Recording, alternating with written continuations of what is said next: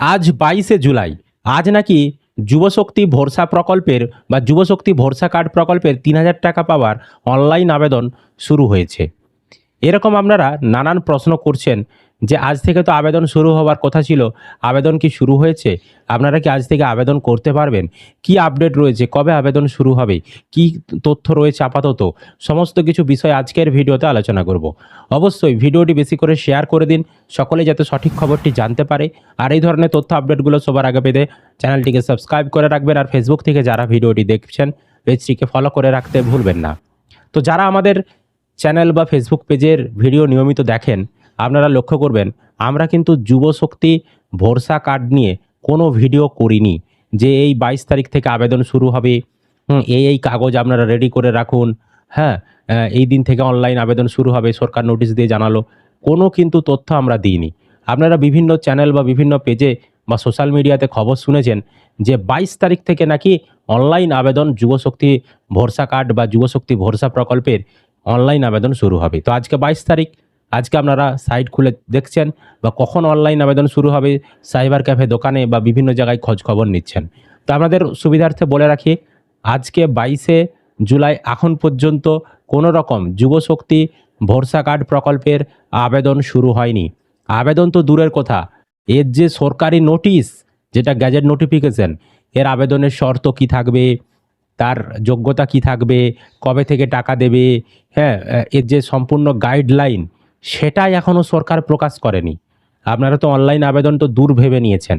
আগে যেমন ধরুন ওই অন্নপূর্ণা ভাণ্ডারের ক্ষেত্রে, যখন অন্নপূর্ণা ভাণ্ডার অনলাইন আবেদন বা অফলাইন আবেদন শুরু হয়েছিল তার কিছুদিন আগেই সরকারি নোটিশ প্রকাশ করেছিল। সেখানে আবেদনের শর্ত, হ্যাঁ, কারা যোগ্য কারা অযোগ্য, কিভাবে টাকা দেবে, কবে থেকে টাকা দেবে, কি প্রসেসে টাকা দেবে, সব কিছু বিষয় নিয়ে সেখানে নোটিশ বলা হয়েছিল।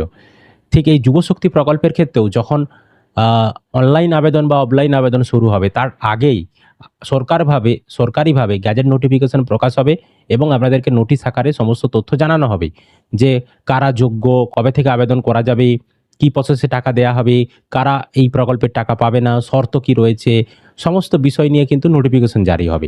এখনও কোনো নোটিফিকেশনই জারি হয়নি।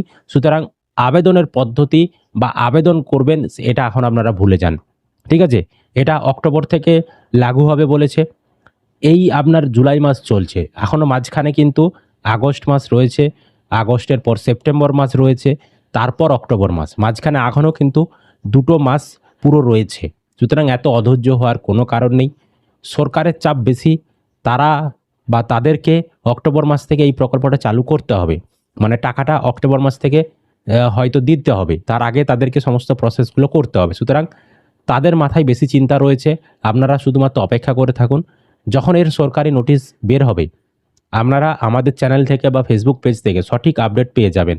আমাদের কাছে কোনো রকম সরকারি খবর নেই। সেই কারণে আমরা আপনাদেরকে আলতু-ফালতু ভিডিও দিয়ে বা আলতু-ফালতু খবর দিয়ে এই 22 তারিখ থেকে শুরু হবে, 23 তারিখ থেকে আবেদন শুরু হবে, ওই ধরনের কোনো খবর আমরা কিন্তু আপনাদেরকে দিইনি।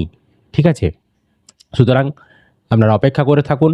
যখন এর নোটিফিকেশন জারি হবে তখন আমরা আপনাদেরকে জানিয়ে দেব এবং যেদিন থেকে অনলাইন আবেদন শুরু হবে তার আগে আমরা খবর পেয়ে গেলে সেই তথ্য আমরা আপনাদেরকে জানিয়ে দেবো। আপাতত কোনো রকম আবেদন শুরু হয়নি।